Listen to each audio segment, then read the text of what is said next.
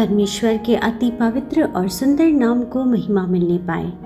आज सुबह हमारे मनन के लिए परमेश्वर ने जो वचन दिया है वह भाग है पहले थिस्सलुनीकियों की पत्री 4 अध्याय की 4 और 5 आयतें। और तुम में से हर एक पवित्रता और आदर के साथ अपने पात्र को प्राप्त करना जाने, और यह काम अभिलाषा से नहीं और न उन जातियों की नाई जो परमेश्वर को नहीं जानती।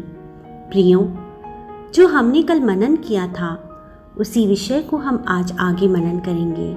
हम मनन करें कि हम कैसे बर्तन हैं। कल हमने मनन किया था कि हम ऐसे बर्तन ना बन जाएं जो परमेश्वर को नापसंद हो, परंतु इसके विपरीत परमेश्वर के काम के लिए परमेश्वर द्वारा चुनकर अलग किए गए आदर के बर्तन बने रहें। उसके साथ हमने यह भी मनन किया था कि नाश के योग्य कोप के बर्तन बनकर नहीं, परमेश्वर के दया के बर्तन हम बनने पाए। अगर ऐसा करेंगे तो परमेश्वर हम में ईश्वरीय शक्ति रूपी असीम सामर्थ्य रूपी उस बड़े खजाने को हमारे मिट्टी के बर्तनों में उड़ेलेगा। यही बातें थी जिन पर हमने मनन कर समाप्त किया था।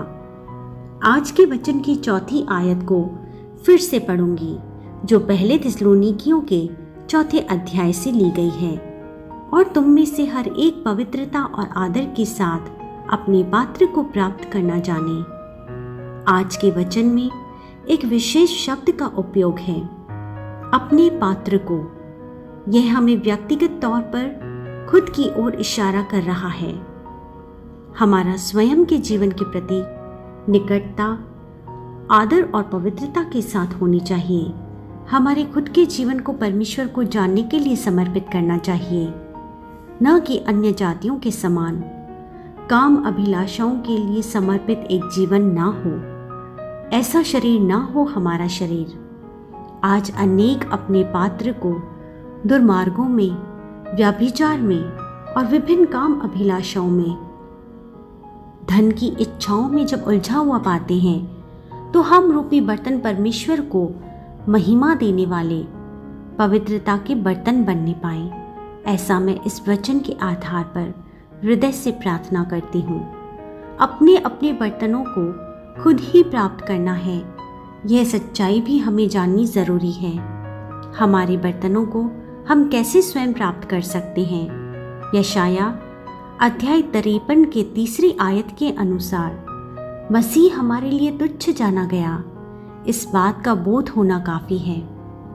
अपने खुद के बर्तन रूपी हम में से हर एक को जीतने के लिए मसीह तुच्छ जाना गया।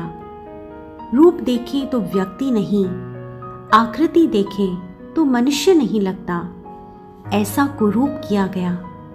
सूखी भूमि पर बोए गए एक नए पौधे के समान मनुष्यों से निंदा पाकर, रोगों को पहचान कर, त्यागा जाकर, निंदा बनकर, किसी से भी आदर न प्राप्त करते हुए, हमारे रोगों को अपने ऊपर लेकर, हमारे दर्दों को ढोकर, अपने आप को नम्र कर, बिना मुंह खोले पीड़ाओं को सहकर, वध होने के लिए ले जाने वाले मेमने के समान ऊन कतरने वालों के सामने चुप रहकर, एक भेड़ के समान बिना मुंह खोले रहकर, पीड़ित होकर, दंड के साथ, अति कठिन क्रूरता से मसीह यीशु हमारे लिए, हम में से हर एक के बर्तन जीवन को जीतने के लिए, प्रभु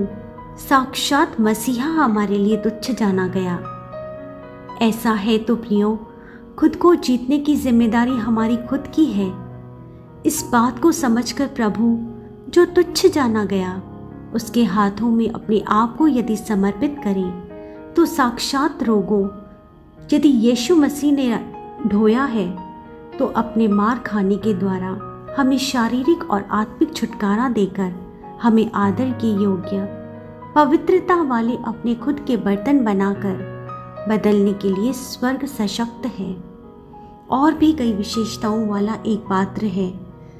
पहले पत्रस के 3 अध्याय की 7वीं आयत में, जो पति हैं वे इस बात को समझें कि उनकी पत्नियां निर्बल पात्र हैं। ये वचन इस प्रकार कहता है, वैसे ही हे पतियों, तुम भी बुद्धिमानी से पत्नियों के साथ जीवन निर्वाह करो और स्त्री को निर्बल पात्र जानकर उसका आदर करो, यह समझकर कि हम दोनों जीवन के वरदान के वारिस हैं, जिससे तुम्हारी प्रार्थनाएं रुक ना जाएं। हर एक पति पत्नी एक निर्बल पात्र है।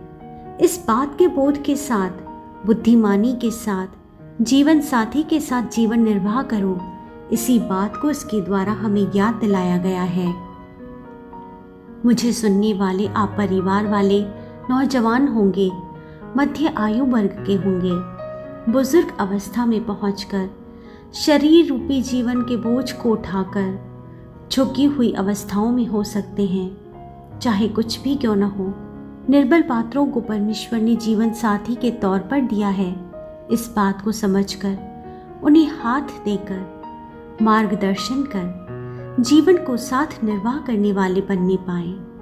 मुझे सुनने वालों में से कोई भी आज सुबह जीवन के कड़वे अनुभवों में यदि तुच्छ जाना गया है, तो आप इस बात को समझें कि मसीह आपके लिए तुच्छ जाना गया था। आइए हम एक साथ प्रार्थना करें। पवित्र पिता, आज सुबह यदि कोई भी अनुपयोगी बर्तन बनकर बैठा है, तो यीशु मसीह के द्वारा पापों की क्षमा पाकर, शुद्धिकरण पाकर, आदर के योग्य विशेषताओं वाले बर्तन बन जाने पाएं। यीशु मसीह के नाम से मांगते हैं, आमीन। आप सबका दिन अनुग्रहित हो। जय मसीह की।